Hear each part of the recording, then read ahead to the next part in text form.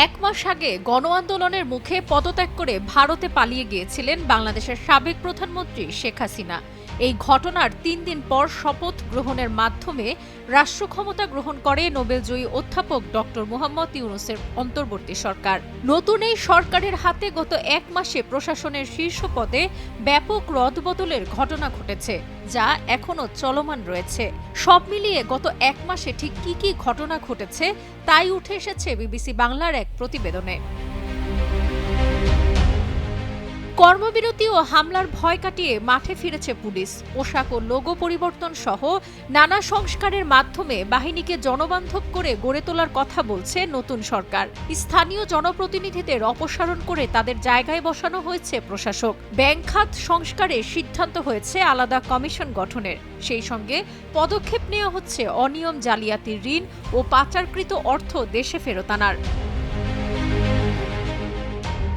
দুর্নীতি, হত্যা, মানবাধিকার লঙ্ঘন সহ নানান অভিযোগ থাকার পরও গত ১.৫ দশকে যাদের বিরুদ্ধে সেভাবে আইনি ব্যবস্থা নিতে দেখা যায়নি, শেখ হাসিনা সহ সেই সব প্রভাবশালী আওয়ামী লীগ এমপি মন্ত্রীদের বিরুদ্ধে হচ্ছে একের পর এক মামলা।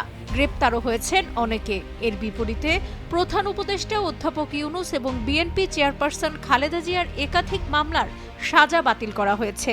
মুক্তি দেওয়া হয়েছে কোটা ও বৈষম্য বিরোধী ছাত্র আন্দোলন চলাকালে গ্রেপ্তারকৃত শিক্ষার্থীদের। বৈষম্য বিরোধী ছাত্র আন্দোলনের দাবির মুখে পদত্যাগে বাধ্য হন আওয়ামী লীগ আমলে নিয়োগ পাওয়া প্রধান বিচারপতি ওবায়দুল হাসান। আপিল বিভাগের অন্য বিচারপতিরাও তার সঙ্গে পদত্যাগ করেন। শিক্ষার্থীদের বিক্ষোভের মুখে গত ৪ সপ্তাহে ঢাকা বিশ্ববিদ্যালয় সহ দেশের বেশিরভাগ পাবলিক বিশ্ববিদ্যালয়ের উপাচার্য, সহ উপাচার্য, প্রক্টর সহ শীর্ষ পদের ব্যক্তিরা দায়িত্ব ছেড়ে দিয়েছেন। আওয়ামী লীগ আমলে আইন শৃঙ্খলা রক্ষাকারী বাহিনীর পরিচয় তুলে নেওয়া বা গুম হওয়া ব্যক্তিদের অনেকেরই খোঁজ মিলছে সরকার পরিবর্তনের পর। ক্ষমতা গ্রহণের পর দুর্নীতির বিরুদ্ধে কঠোর অবস্থানের কথা জানিয়েছে অন্তর্বর্তী সরকার। ক্ষমতা হারানোর ৪ দিন আগে অনেকটা তড়িঘড়ি করে জামায়াতে ইসলামী বাংলাদেশ ও তাদের ছাত্র সংগঠন ইসলামী ছাত্র শিবিরকে নিষিদ্ধ করেছিল আওয়ামী লীগ সরকার। কিন্তু নতুন সরকার ক্ষমতায় বসার পর বাতিল করা হয়েছে প্রজ্ঞাপন। ফলে দলটির নেতাকর্মীরা আবারও সক্রিয় হয়ে উঠেছেন। অন্যদিকে ১৫ই আগস্ট জাতীয় শোক দিবসের সরকারি ছুটি ঘোষণা বাতিল করা হয়।